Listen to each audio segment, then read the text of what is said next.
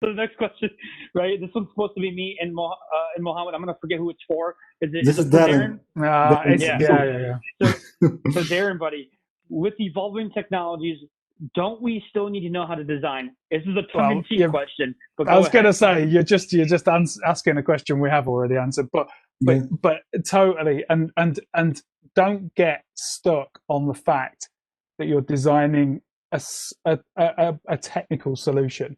What you're doing is you're designing a service, you know, and that's really, really. I've just literally just put something in the chat there about answering the question about network engineer and network designer. The difference is really, for me, a network designer or architect will understand and appreciate the demands that are placed on the network by the services that consume it, right? So this is, you know, you've got application teams, you've got end user compute teams, you've got people who need the network in order to deliver the service they deliver. Understand what those things are, and then you can build out what the network needs to be to deliver those services. But that doesn't stop at just at the technical level. And as I said before, it doesn't stop at the thing of saying, well, I need to deliver data from here to here.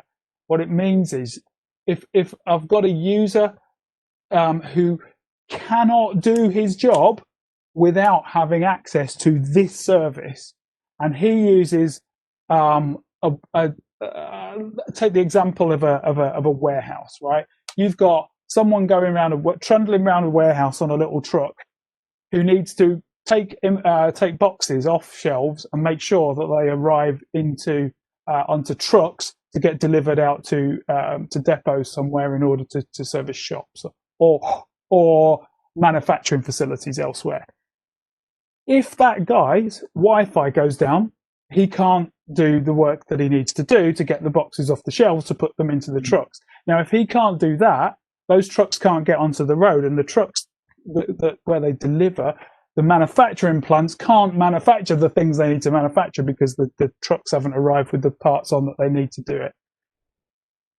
And that's because the Wi-Fi is down in a particular area of the warehouse. And that might be something silly, like there's fluorescent lights on the ceiling that are causing interference with the Wi-Fi.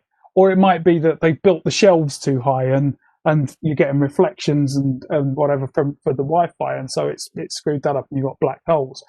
But the point is, you've got to be able to associate the business outcome with the technology right the way through. So you've got to understand, right, to deliver this application is important to the environment because if without it, the business can't function. So how do I make sure that business that's available? Well, these are the elements of the network that I need to deliver that. And that'll be local area, it'll be WAN, it'll be whatever. The thing is, if you're then deploying services, you need to understand how all those things interact, but also how you monitor them, how you troubleshoot them, and all of that sort of good stuff. And so this is where the design becomes really key, okay? Because if you're talking about automation and you're talking about these sorts of integrations between different platforms and these sorts of things, you're trying to enable all of that foundation for not just the delivery of stuff, but the operation of it as well. And it's so absolutely you need to be able to create a design, but your design doesn't just go as far as, oh, here's a leaf spine switching architecture for my data center, I'll just go deploy that. It's about understanding how services are going to sit on top of that, how they're going to interact with the WAN and with the users at the end, the cloud and whatever else, and then being able to appreciate what needs to be done in order to maintain that service. And that's why design becomes more architecture in the sort of, the way we're discussing it here, than perhaps the design elements of an IE, which is more about the low level. How do I get this routing protocol interoperating with that one, and so on and so on. People might be now thinking, you gave an example from defense spine, and then you said something about the decision if you choose defense spine. Then people might be asking, okay, now he just said defense spine, and then there will be some questions if we choose that one instead of choosing butterfly or cube, etc. Okay, those hyperscale disk fabric. Yeah. And what should be the questions that we should ask, right? Each and every time should we memorize something special? No. Just learn this way. If I choose this, what will be the consequences? Okay.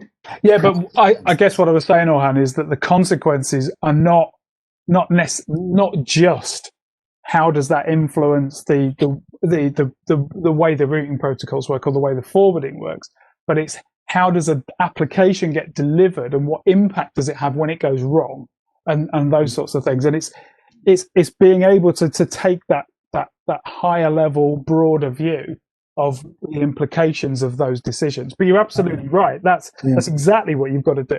You've got to be able to compare the different elements in order to make that work.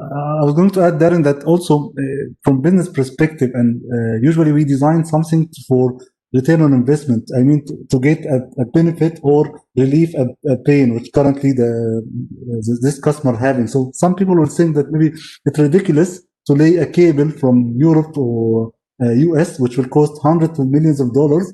What is the ROI? But maybe when you check the business, there's a valid ROI after having this cable laid especially for you. You're minimizing maybe the time, you're minimizing the rental that you're getting from other service providers. So not only, and usually the technical design decision, you should link it to the business benefit.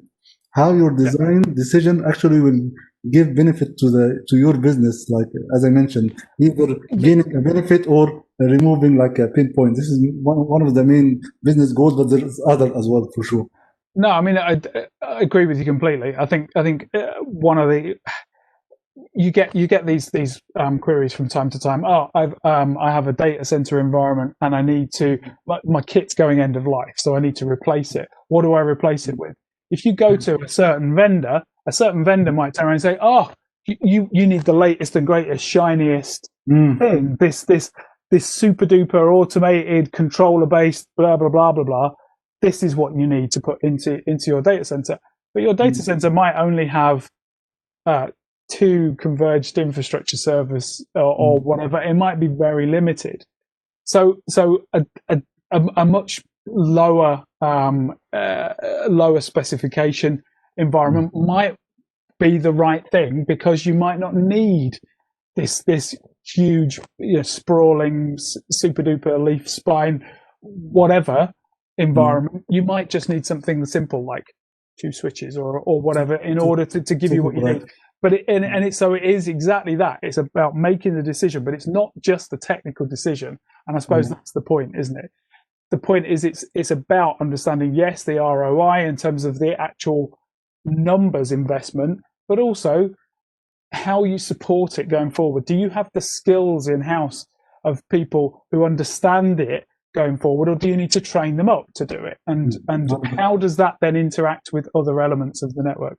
It's all of that, isn't it?